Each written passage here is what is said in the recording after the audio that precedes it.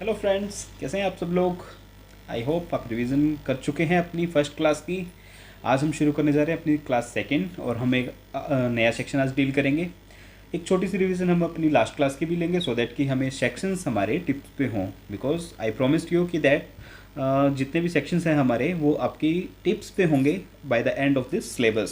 सो चलिए, कल हमने एक शुरू किया था बच्चे सेक्शन 164 में बच्चे मैंने दो चीज़ बताई थी आपको। सेक्शन 164 सबसेक्शन 1 एंड सबसेक्शन 2, ये दो सेक्शंस आपको अच्छे से याद करने हैं और आई होप आपको याद भी हो गए होंगे, क्योंकि अभी तक तो हमारे पास सिर्फ दो ही सबसेक्शंस और सेक्शंस थे।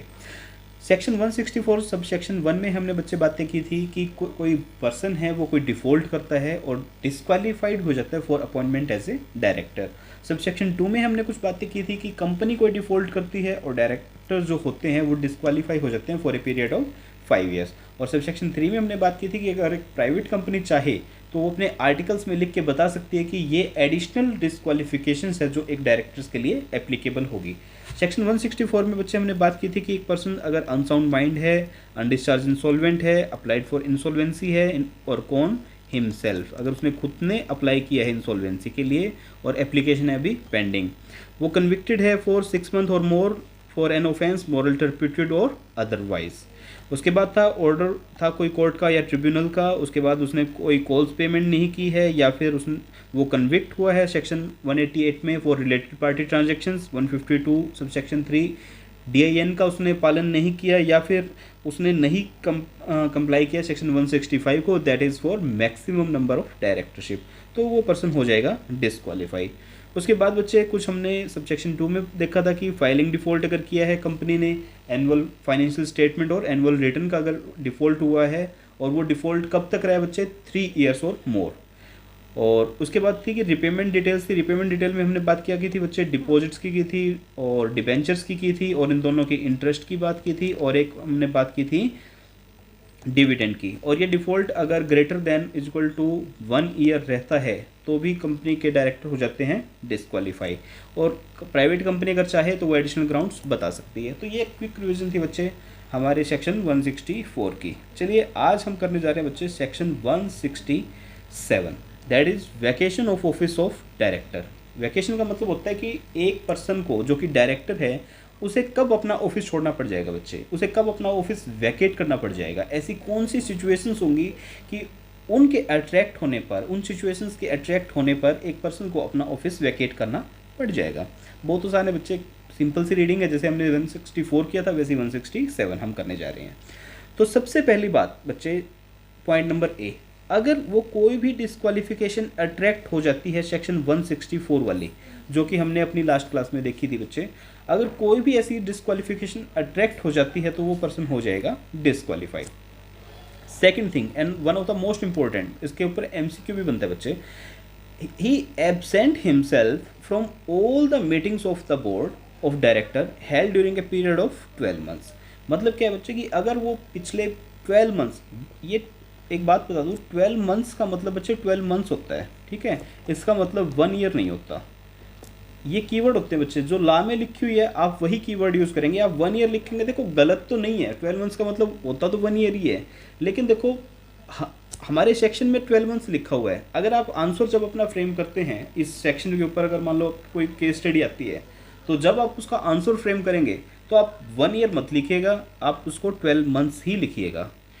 तो ये कहते हैं कि अगर कोई डायरेक्टर है, अगर वो पिछले 12 मंथ्स कोई भी बोर्ड मीटिंग अटेंड नहीं करता है तो वो उसका ऑफिस हो जाएगा वैकेट, विद और विदाउट, चाहे उसने छुट्टी ले भी रखी हो चाहे उसने लीव्स ली ना हो, seeking leaves of absence of the board, with और विदाउट, ये इंपॉर्टेंट है बच्चे कि चाहे उसने छुट्टी ली हो चाहे ना ली हो। पॉइंट नंबर सी में कहता है he acts in contravention of the provision of section 184। 184 भी रिलेटेड पार्टी से का ही है बच्चे। ये रिलेटेड पार्टी का अगर कोई उसने कॉन्ट्रावेंशन किया है, कैसे, एंटर हुआ है कोई कॉन्ट्रैक्ट और arrangement in which he is directly और इनडायरेक्टली इंटरेस्टेड। मतलब क्या है, सेक्शन 184 की अगर कॉन्ट्रावेंशन हुई है, देखिए दो डिस्क्वालिफिकेशन है, दो रीजंस होंगे जब आपका ऑफिस होगा वैकेट।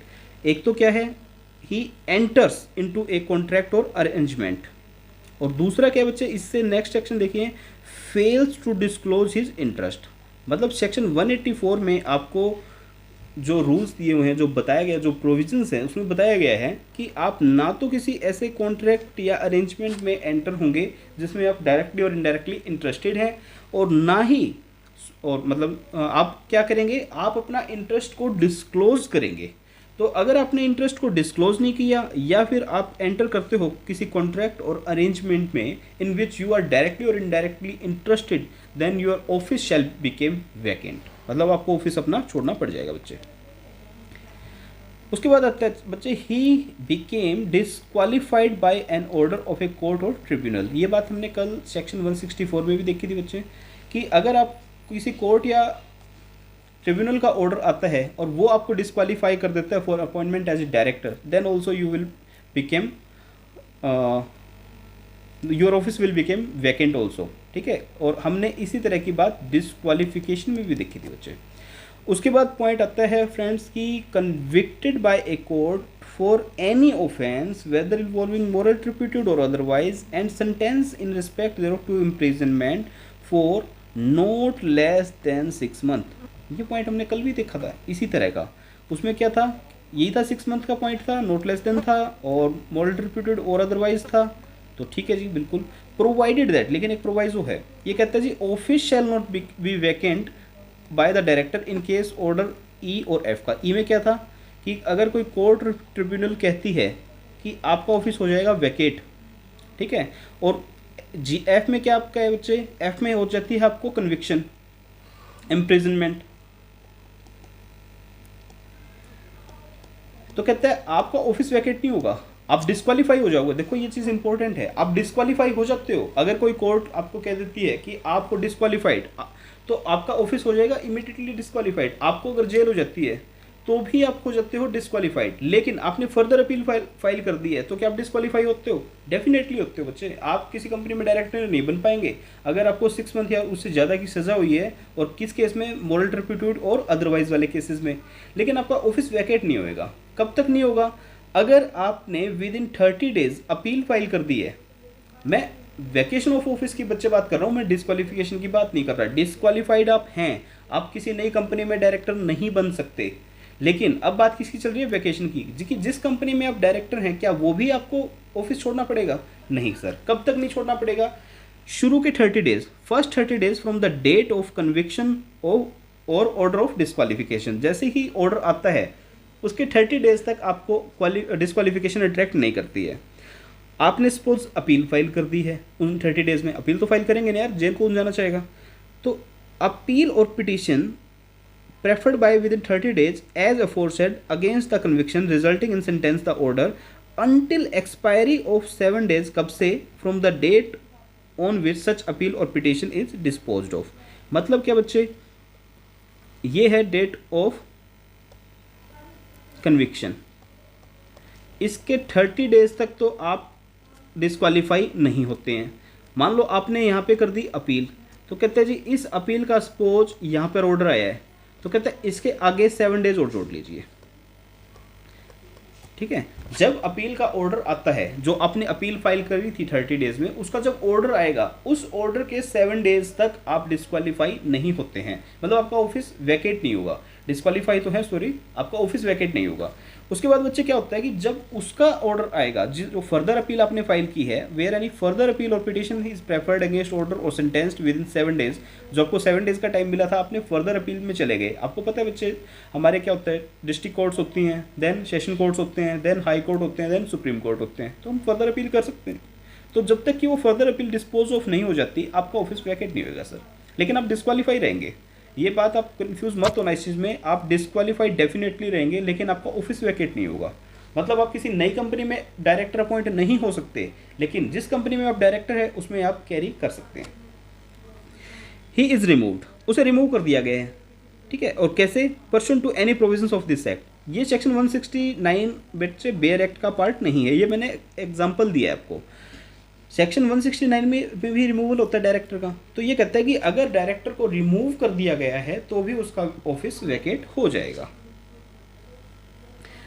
उसके बाद आता है G, he having been appointed as a director by virtue of the holding of any office और other employment in the holding subsidiary associate and ceases to hold such office और other employment in that office. बड़ी confusing language है यार, समझ में नहीं आई होगी बिल्कुल भी। ये कहता है कि देखो आप कंपनी में डायरेक्टर हो, क्यों डायरेक्टर हो? क्योंकि आपके पास कोई और ऐसा ऑफिस है, कोई और ऐसा प्लेस है, उसके कारण आप डायरेक्टर हो। ठीक है, मैं आपको एक छोटी सी बात बताता हूँ, आपके हो सकता है अभी आपको अपने उसको देखा ना हो, ऐसी बात को पढ़ी ना हो। एमडी होता है मैनेजिंग डायरेक्टर, मैनेजिंग डायरेक्टर भी एक डायरेक्टर होता है बच्चे। तो जो मैनेजिंग डायरेक्टर होता है, सपोज वो डायरेक्टर ही ना रहे, मतलब मान लो उसको 169 में रिमूव कर दिया जाए। अब मैनेजिंग डायरेक्टर कितने टाइम के लिए अपॉइंट होता है? 5 ईयर्स के लिए होता है। ये सारी बातें हम आगे के सेक्शन में पढ़ेंगे, मैं आपको एक वैसे जनरली बता रहा हूँ। अब मैनेजिंग डायरेक्टर को रिमूव कर दिया गया मान लो, ठीक है, मैनेजिंग डायरेक्टर बना है कोई पर्सन, वो अब मैनेजिंग डायरेक्टर है तो वो नॉर्मल सी बात है वो डायरेक्टर भी होगा। अब मान लो डायरेक्टरशिप से उसे रिमूव कर दिया गया, रिमूव किया जा सकता है 169 में, किसी को भी रिमूव कर सकते हैं। तो क्या अब उसकी मैनेजिंग डायरेक्टरशिप रहेगी? नहीं रहेगी। तो वो मैनेजिंग डायरेक्टर क्यों था बच्चे? By virtue of his holding as a directorship.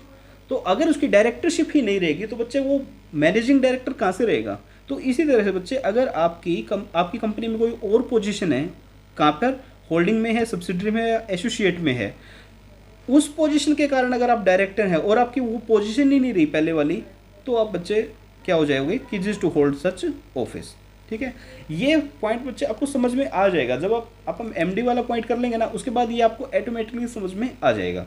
फिलहाल के लिए अगर आपको नहीं समझ में आया तो थोड़ा सा इसको एक बार कॉर्पोरेट करके चलना आप उसमें।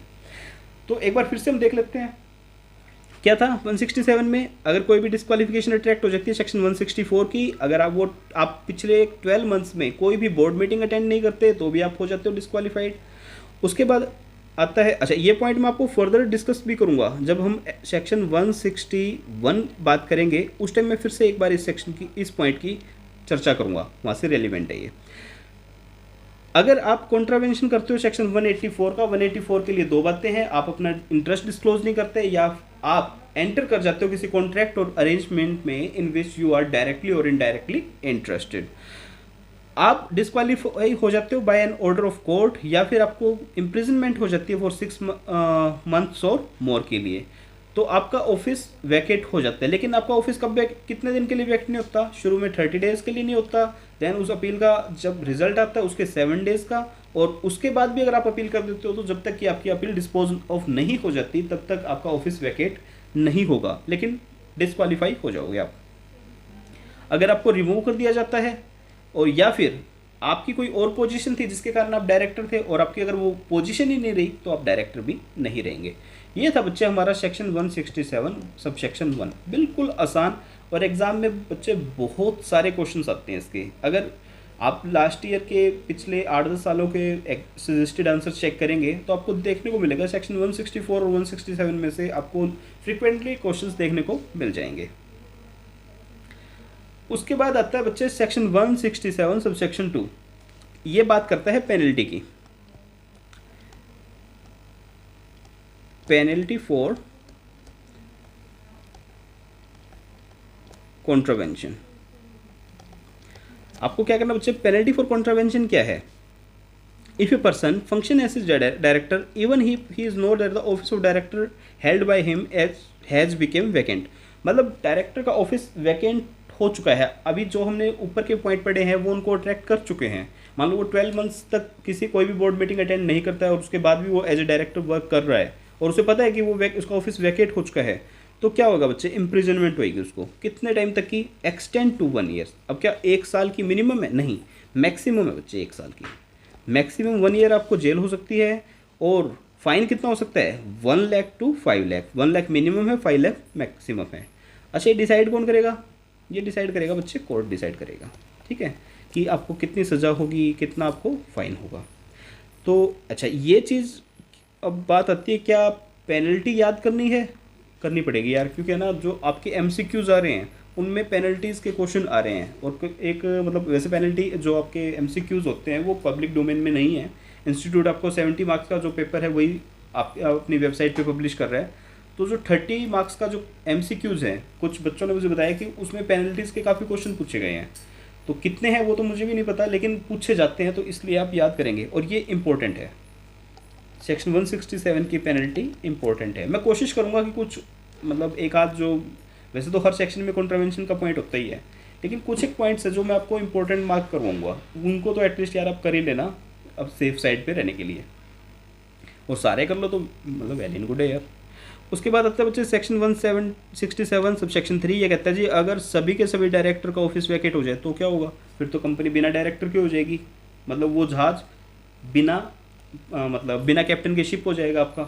तो कहते हैं जी अगर if all the director of A company Venkat their office under any of the disqualification, मतलब आपको ऊपर कोई भी डिस्क्वालिफिकेशन अट्रैक्ट कर जाती है, तो ये बच्चे एमसीक्यूज़ का बहुत इंपॉर्टेंट क्वेश्चन है। एमसीक्यूज़ में आपको डेफिनेटली ऐसा क्वेश्चन देखने को मिलेगा अगर एमसीक्यू आता है तो इस पॉइंट पे। कहते हैं जी द प्रमोटर कौन अपॉइंट करेगा, अगर सारे डायरेक्टर ही वैकेट हो गया, सारे डायरेक्टर ही चले गए तो क्या होगा, या तो प्रमोटर आपके अपॉइंट करेंगे, अगर प्रमोटर नहीं है इन हिज एब्सेंस तो सेंट्रल गवर्नमेंट अपॉइंट करेगी। बच्चे एमसीक्यू कैसे आता है, एमसीक्यू ऐसे आता है, if the office of all the director has become vacant then the director shall be appointed by, number 1 में लिखा होगा प्रमोटर, 2 में लिखा होगा सीजी, नंबर 3 में लिखा होगा सपोज बोथ, और एक पॉइंट और दे दिया प्रोमोटर्स, या फिर इसको छोड़ो यार क्योंकि इसमें हिंट मिल जाएगा आपको, हिंट तो देगा ही नहीं इंस्टीट्यूट आपको। मान लो आपको सपोज ये दोनों ऑप्शन मिले हैं, तो इन दोनों में से किसको टिक करोगे, प्रमोटर को टिक करोगे सर, क्योंकि फर्स्ट प्रेफरेंस किसकी है, प्रमोटर की है। अगर प्रमोटर नहीं है तो सीजी। अब क्या ऐसा हो सकता है किसी कंपनी का प्रमोटर ना हो, प्रमोटर तो होंगे बच्चे, लेकिन वो अब जिंदा होंगे इस बात का क्या पता है, कंपनियां तो 100 150 साल चलती है, तो क्या हमारी मतलब एज इतनी हो सकती है, नहीं ना। तो यार प्रमोटर हो सकता है, जैसे कोई पुरानी कंपनी है जैसे टाटाज की है, रिलायंस की, इनकी काफ़ी पुरानी कंपनीज है, तो इनके जो एक्चुअल प्रमोटर होंगे क्या वो अब तक जिंदा होंगे, किसी के हो भी सकते हैं, लेकिन आज से 20-30-50 साल बाद तो ऑब्वियस है यार कि देखो लाइफ है, कितने टाइम जिएंगे, 100 साल मैक्सिमम मान लो एज होती है, 100 साल से ज़्यादा तो कौन जी रहा है, कोई एक्सेप्शन ही होती है। तो बच्चे जो प्रमोटर होते हैं अगर उनकी डेथ हो चुकी है तो सेंट्रल गवर्नमेंट अपॉइंट करेगी, कितने करेगी, required number of the director who shall hold the office till the director appointed by the company in general meeting. तो इसमें बच्चे याद रखने वाली यही बात है कि प्रमोटर, अगर सारे डायरेक्टर का ऑफिस वैकेंट हो जाता है तो प्रमोटर, अगर प्रमोटर नहीं है तो सेंट्रल गवर्नमेंट। सेक्शन 167 सबसेक्शन 4 कहता है प्राइवेट कंपनी अगर चाहे तो आर्टिकल में लिख सकती है अदर ग्राउंड्स, अदर ग्राउंड्स कौन से बच्चे, एडिशनल, कम नहीं कर सकती कोई भी कंपनी, एडिशनल ग्राउंड्स बता सकती है कि इन ग्राउंड्स पे भी एक पर्सन है वो वैकेट कर जाएगा अपना ऑफिस।